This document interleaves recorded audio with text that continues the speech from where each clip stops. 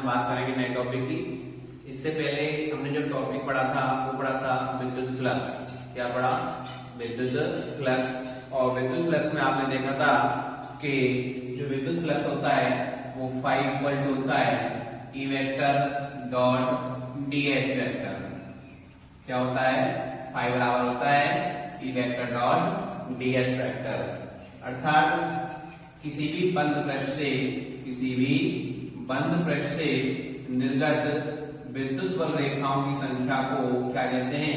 विद्युत फ्लक्स कहते हैं। इससे पहले हमने जो परिभाषा पढ़ी थी वो क्या थी बेटा? कि विद्युत क्षेत्र में स्थित किसी भी बंद पृष्ठ से निर्गत विद्युत बल रेखाओं की संख्या को विद्युत फ्लक्स कहा जाता है। क्लियर है? तो इससे आगे चलते हैं और जो नया टॉपिक है हमारे पास वो है बेटा हमारे पास, ध्यान दीजिए इधर,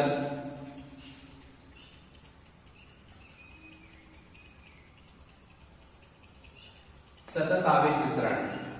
टॉपिक है बेटा सतत आवेश वितरण। सतत आवेश वितरण। सतत आवेश वितरण। ठीक है बेटा? सतत आवेश वितरण, कंटिन्यूअस चार्ज डिस्ट्रीब्यूशन इसे बोलते हैं।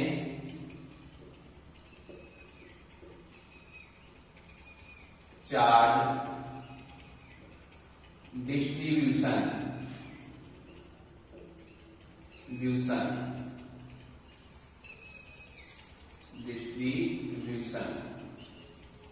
TION distribution.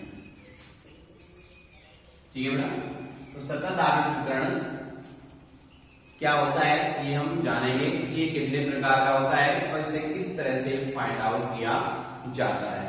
देखिए सतत आवेश वितरण क्या होता है? जैसे कि बेटा इस सरफेस पर, ये कोई भी सरफेस हमारे पास, और इस पर हमने क्या किया? चार्ज को फैला दिया। क्या कर दिया? चार्ज को फैला दिया। जैसे सपोज करो कि ये कोई सरफेस है हमारे पास और इस पर हमने चार्ज को फैला दिया। इस टाइप से हमने क्या कर दिया? चार्ज को फैला दिया।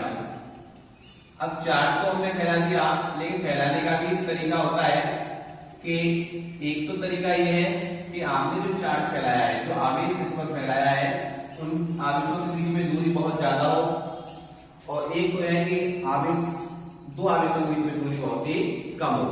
ठीक है? तो दो तरह से फैला सकते हैं।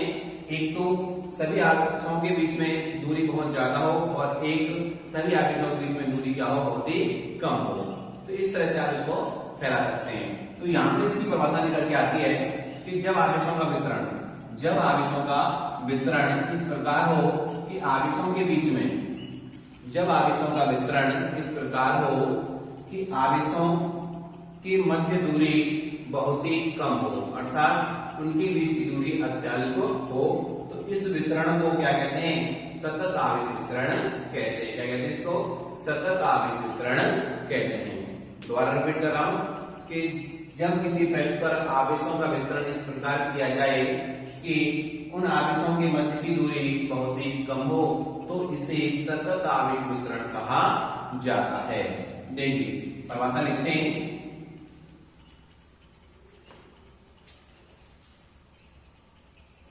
देखो बेटा, जब किसी पृष्ठ पर आवेश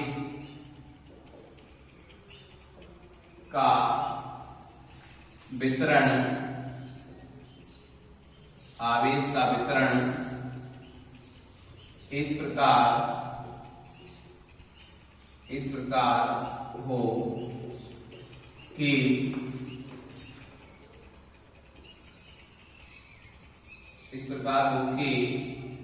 उनके मध्य दूरी अत्यल्प हो, अर्थात बहुत ही कम हो, तो इसे सतत आवेश वितरण कहा जाता है। तो इसे सतत आवेश वितरण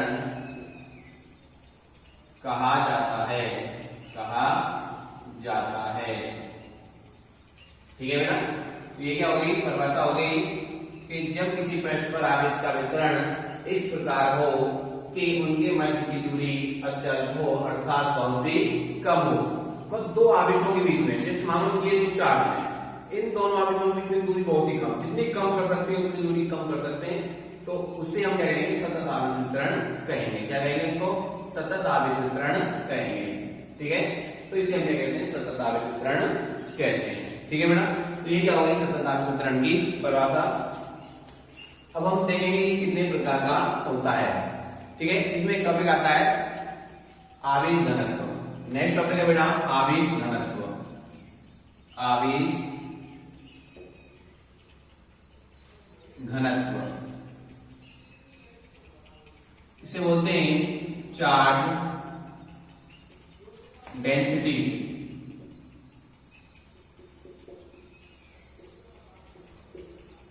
ठीक है बेटा, आवेश घनत्व।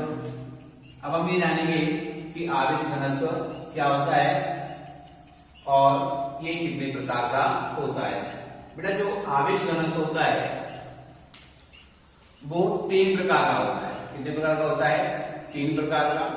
नंबर 1 रेखीय आवेश घनत्व, नंबर 2 पृष्ठ आवेश घनत्व और नंबर 3 आयतन आवेश घनत्व। कितने प्रकार का होता है, 3 प्रकार का। देखिए कितने टाइप्स होते हैं बेटा इसके, टाइप्स कितने होते हैं, 3। ठीक है ना। नंबर 1 रेखीय आवेश घनत्व, रेखीय आवेश घनत्व। नंबर 2 पृष्ठ आवेश घनत्व, पृष्ठ आवेश घनत्व। और नंबर 3 है आयतन आवेश घनत्व, आयतन आवेश घनत्व। ठीक है बेटा, तो आवेश घनत्व कितने प्रकार का होता है, 3 प्रकार का होता है। ठीक है, नंबर 1 रेखीय आवेश घनत्व, नंबर 2 पृष्ठ आवेश घनत्व और जो होता है आयतन आवेश घनत्व। इसको आप लोग रेखीय जो होता है एक विमीय कह सकते हैं। इसको क्या कह सकते हैं बेटा, एक विमीय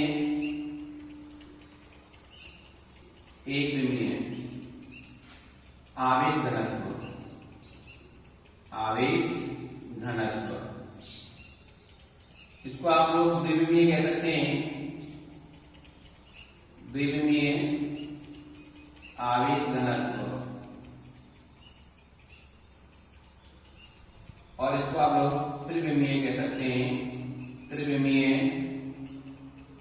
आवेश घनत्व। ठीक है, लीनियर चार्ज डेंसिटी और सरफेस चार्ज डेंसिटी और वॉल्यूम चार्ज डेंसिटी। इसको आप लोग क्या कह सकते हैं, लीनियर चार्ज डेंसिटी। इसको आप लोग सरफेस चार्ज डेंसिटी कह सकते हैं। और ये होता है वॉल्यूम चार्ज डेंसिटी। ठीक है बेटा, तो आवेश घनत्व, ये जो आवेश घनत्व है वो सतत आवेश वितरण का ही टॉपिक है अंदर इसके। तो आवेश घनत्व हमने जाना कि आवेश घनत्व कितने प्रकार का होता है, 3 प्रकार का होता है। कितने प्रकार का होता है, 3 प्रकार का होता है।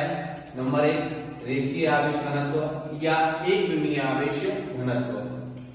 नंबर 2 पृष्ठ आवेश घनत्व या द्विविमीय आवेश घनत्व। नंबर 3 आयतन आवेश घनत्व या त्रिविमीय आवेश घनत्व। Linear charge density, surface charge density और वॉल्यूम चार्ज डेंसिटी। क्लियर है बेटा यहाँ तक, किसी भी प्रॉब्लम। सतत आवेश वितरण समझ में आ गया कि जब आवेशों का वितरण इस प्रकार हो कि उनके बीच की दूरी बहुत ही कम हो, तो उससे हम क्या कहते हैं, सतत आवेश कहते हैं, कंटिन्यूअस चार्ज डिस्ट्रीब्यूशन कहते हैं। तो हम एक एक से सभी को हम जानेंगे कि ये लीनियर आवेश चार्ज क्या होता है, पृष्ठ आवेश घनत्व क्या होता है और आयतन आवेश घनत्व क्या होता है। ठीक है बेटा, तो देख लीजिए, आप इसका स्क्रीनशॉट ले लीजिए। देखिए पहला टॉपिक है बेटा हमारे पास रेखीय आवेश घनत्व।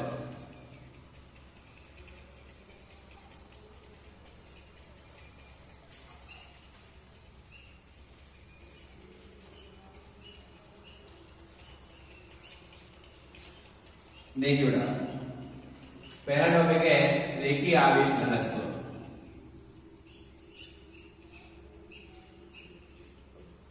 रेखीय आवेश घनत्व।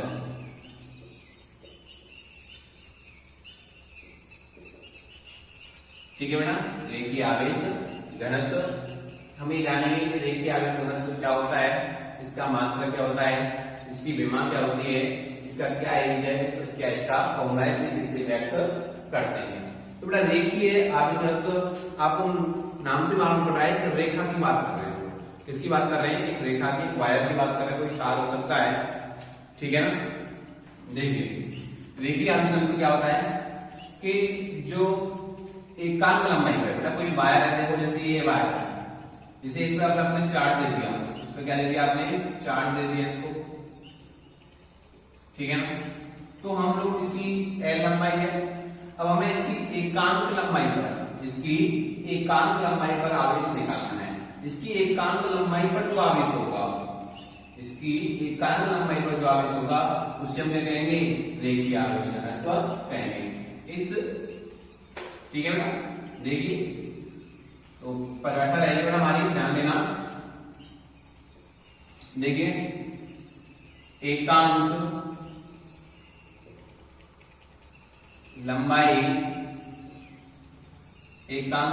पर उपस्थित आवेश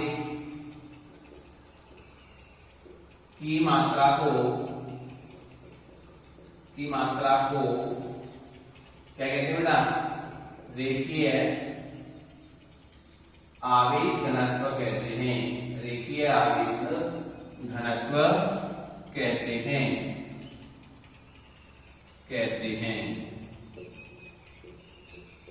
क्लियर है।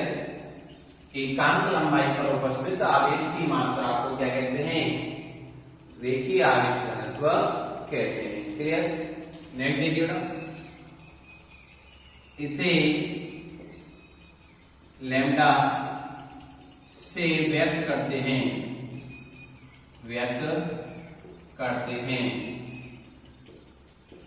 ठीक है बेटा। तो लैम्डा इक्वल टू होता है बेटा, यहां पर ध्यान देना, लैम्डा इक्वल टू होता है Q अपॉन L। फॉर्मूला हो गया, एकांक लंबाई पर उपस्थित आवेश की मात्रा को क्या कहते हैं, रेखीय आवेश घनत्व कहते हैं। तो लैम्डा इक्वल टू क्या होता है, Q अपॉन L। ठीक है। अब मात्रक देखो, मात्रा का आप आसानी से बता सकते हैं। आवेश का मात्रक क्या होता है, कूलम, और लंबाई का क्या होता है, मीटर। तो मात्रक क्या बनेगा इसका, मात्रक हो गया कूलम बट्टे मीटर। इसका क्या हो गया, मात्रक हो गया। अब बात करते हैं विमा की। बेटा विमा देखिए क्या होती है इसकी, कूलम की विमा आप जानते हैं क्या होती है, 80, और मीटर की क्या होती है, L। तो विमा जो बनेगी वो बनेगी M0 L-1 और T1 और A1। ये क्या बनेगी, इसकी विमा हो गई M0 L-1 T1 और A1। ठीक है बेटा। तो ये क्या हो गया, रेखीय आवेश घनत्व। ध्यान दीजिए, एक मेन पॉइंट है बेटा इसका कि जो रेखीय आवेश घनत्व होता है, इसका उपयोग हमेशा जो रेखीय चालक तार होते हैं या आवेशित वलय होती है, कोई भी आवेशित वलय है वहां पे इसका इस्तेमाल किया जाता है, ठीक है ना। तो रेखीय आवेश घनत्व के सूत्रों का प्रयोग आवेशित वलय या रेखीय आवेशित तारों के लिए किया जाता है। लिखेंगे बेटा, इसका उपयोग आवेशित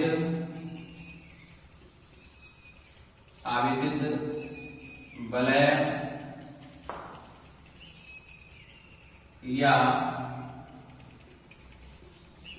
आवेशित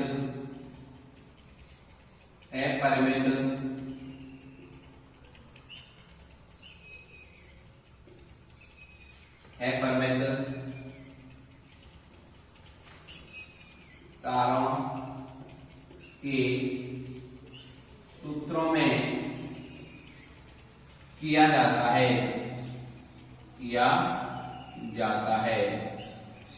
ठीक है बेटा। जैसे एग्जाम्पल देखिए बेटा, यहाँ पर उदाहरण समझना। उदाहरण क्या है बेटा कि माना किसी आठ त्रिज्या की वृत्ताकार तार पर Q आवेश है, माना आठ त्रिज्या की वृत्ताकार तार पर Q आवेश वितरित है, तो रेखीय आवेश घनत्व कितना होगा। देखिए क्वेश्चन है, माना आठ त्रिज्या की वृत्ताकार तार पर Q आवेश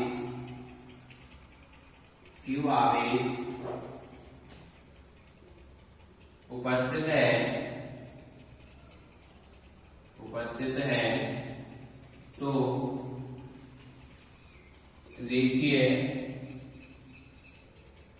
आवेश घनत्व कितना होगा।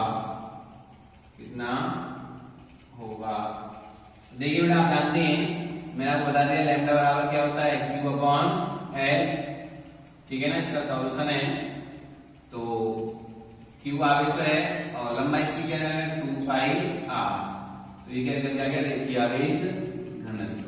क्लियर है बेटा। तो मैं दोबारा रिपीट करता हूं, ध्यान दीजिए कि रेखीय आवेश घनत्व क्या होता है कि एकांक लंबाई पर उपस्थित आवेश की मात्रा को रेखीय आवेश घनत्व कहते हैं। क्लियर है। इसे किससे व्यक्त करते हैं, लैम्डा से व्यक्त करते हैं। तो लैम्डा इक्वल होता है Q अपॉन L, मात्रा हो गया बेटा कूलम बटे मीटर विमा। कूलम की विमा होती है बेटा 80 और मीटर की होती है L, तो इसको ऊपर लेके जाएंगे तो माइनस हो जाएगा, तो m में है नहीं, 0 हो गया, L माइनस 1 T1 और A1। इसका उपयोग आवेशित वलय या आवेशित अपरिमित तारों के सूत्रों में किया जाता है। जो नेक्स्ट टॉपिक जो आएंगे, जो गाउस के नियम के अनुप्रयोग हैं, वहां इनका इस्तेमाल किया जाता है। जब तार की बात करेंगे तो लैम्डा आएगा, ठीक है ना। एग्जाम्पल के तौर पर हमने समझा इसको कि माना आठ त्रिज्या की वृत्ताकार तार पर Q आवेश उपस्थित है, तो रेखीय आवेश घनत्व कितना होगा, तो लैम्डा बराबर होता है Q अपॉन L, मतलब उसकी लंबाई, मतलब उसकी एक तरह से बढ़ती बात करें तो 2πr हो जाएगा। क्लियर है बेटा। आप इसका एक बार स्क्रीनशॉट ले लीजिए। अब बात करते हैं नेक्स्ट टॉपिक की, और नेक्स्ट टॉपिक है बेटा हमारे पास, देखिए इधर,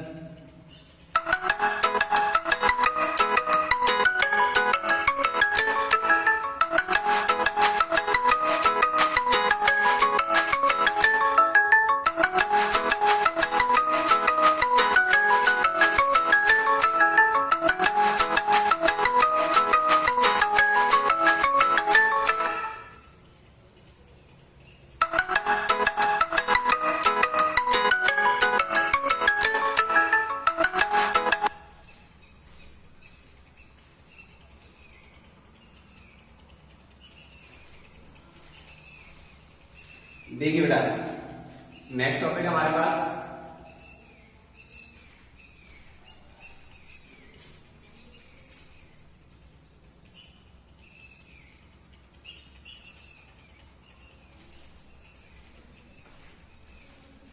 देखिए नंबर 2 टॉपिक है पृष्ठ आवेश घनत्व। क्या है, पृष्ठ आवेश घनत्व।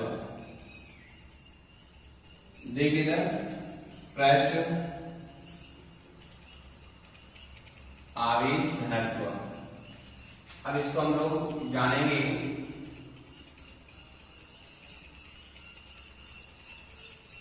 देखिए बेटा, पृष्ठ आवेश घनत्व क्या होता है? इसे रेखीय आवेश घनत्व हमने देखा कि एकांक लंबाई पर उपस्थित आवेश की मात्रा को क्या कहते हैं हम लोग? पृष्ठ रेखीय आवेश घनत्व कहते थे। ऐसे यहां बात करेंगे पृष्ठ आवेश घनत्व क्या होगा कि एकांक पृष्ठ